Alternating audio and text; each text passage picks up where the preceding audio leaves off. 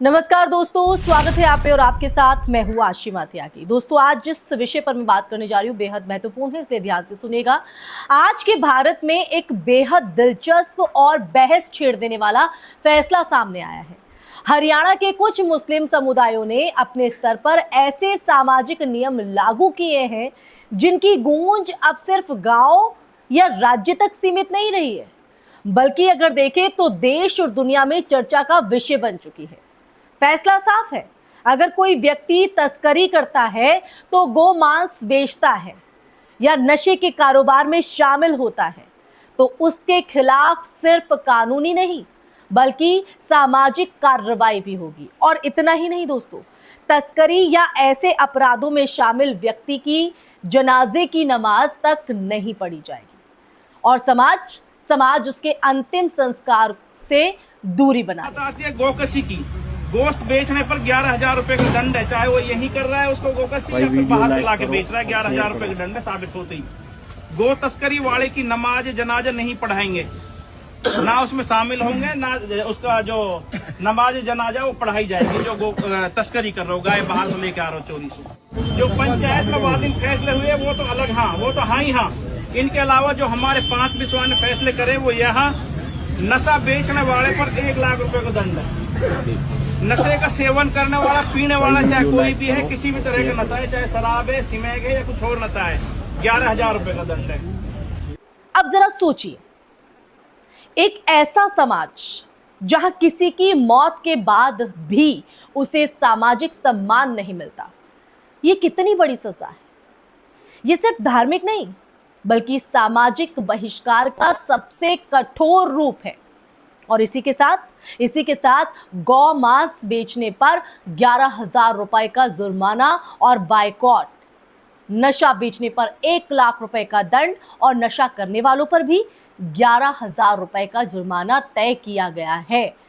अब देखिए, इस पूरे घटनाक्रम को समझने के लिए हमें थोड़ा पीछे जाना होगा, समझना होगा। दरअसल भारत में नशे और अवैध गतिविधियों का जो जाल है वो लगातार फैल रहा है, लगातार उसका दायरा बड़ा होता जा रहा है और खासकर उत्तर भारत के कई हिस्सों से ये एक गंभीर सामाजिक समस्या बन चुका है। सरकारें कानून बनाती हैं, पुलिस कार्रवाई भी करती है, लेकिन जमीनी स्तर पर समाज की जो भागीदारी है अक्सर कमजोर हो जाती है, क्योंकि समाज की भी अपनी एक भागीदारी होती है।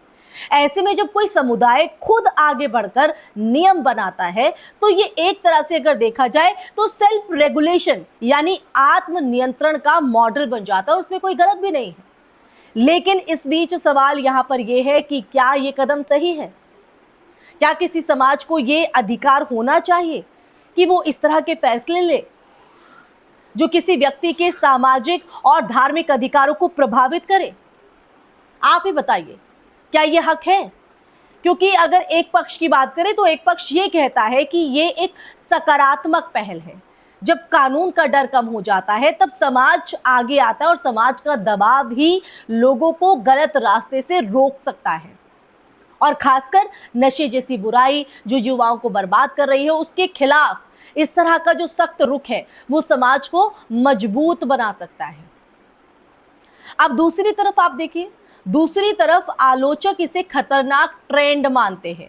उनका ये कहना है कि अगर हर समुदाय अपने अपने नियम बनाने लगे तो ये जो समान कानून है वो व्यवस्था के खिलाफ जाएगा। और भारत एक संवैधानिक लोकतंत्र है जहां कानून सबके लिए बराबर है, सबके लिए। अगर सामाजिक बहिष्कार या धार्मिक अधिकारों को छीनने जैसे फैसले बढ़ने लगे, उनमें इजाफा होने लगे, तो ये भीड़ तंत्र की तरफ ले जा सकता है। अब देखिए, यहां पर एक और महत्वपूर्ण पहलू है। अब आप सोच रहे होंगे कि वो महत्वपूर्ण पहलू क्या है? तो दोस्तों, गो मांस को लेकर फैसला। भारत में ये जो मुद्दा है वो पहले से ही बेहद संवेदनशील रहा है। ऐसे में इस तरह का जो नियम है जो धार्मिक और सामाजिक दोनों स्तर पर लागू हो, कहीं ना कहीं सांप्रदायिक तनाव को भी जन्म दे सकता है। हालांकि अगर बात करें तो इस फैसले के पीछे समुदाय का जो उद्देश्य है वो अपने अंदर अनुशासन बनाए रखना बताया जा रहा है, लेकिन इसके व्यापक सामाजिक असर को नजरअंदाज नहीं किया जा सकता। बिल्कुल भी नहीं किया जा सकता, क्योंकि और अब बात करते हैं नशे पर लगाए गए जुर्मानों की। 1 लाख रुपए का दंड नशा बेचने वालों के लिए, 11,000 रुपए का दंड नशा करने वालों के लिए। अब ये जो दंड है ये दिखाता है कि समाज इस समस्या को कितनी गंभीरता से ले रहा है। लेकिन क्या सिर्फ जुर्माना लगा देने से समस्या खत्म हो जाएगी? सवाल तो वाजिब है, क्योंकि नशा एक सामाजिक आर्थिक समस्या है जिसमें बेरोजगारी, मानसिक तनाव और शिक्षा की कमी जैसे कई कारक जो है जुड़े होते हैं, कनेक्टेड होते हैं आपस में।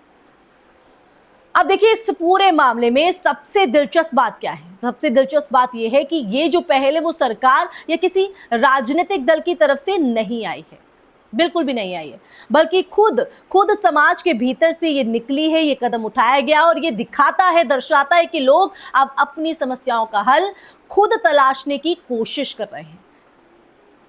लेकिन ये भी उतना ही जरूरी है कि ऐसे फैसले संविधान और कानून की सीमा के भीतर रहें, एक दायरे में रहें। सामाजिक सुधार और सामाजिक नियंत्रण के बीच एक बहुत महीन सी रेखा होती है, एक बहुत पतली सी रेखा होती है। अगर ये रेखा पार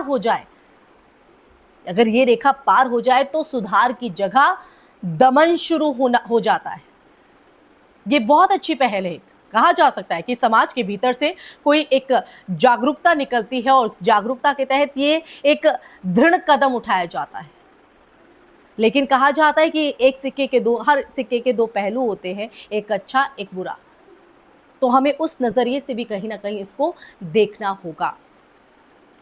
तो दोस्तों, आज हरियाणा का ये जो फैसला है, हरियाणा का ये फैसला हम पर एक बड़ा सवाल छोड़ता है कि क्या समाज खुद अपने नियम बनाकर बुराइयों से लड़ सकता है, या फिर ये जिम्मेदारी सिर्फ कानून और सरकार की होनी चाहिए? क्योंकि जब समाज खुद न्याय करने लगता है तो ये तय करना बेहद मुश्किल हो जाता है कि वो सुधार की दिशा में जा रहा है या फिर एक नए तरह के दबाव और नियंत्रण की ओर बढ़ रहा है।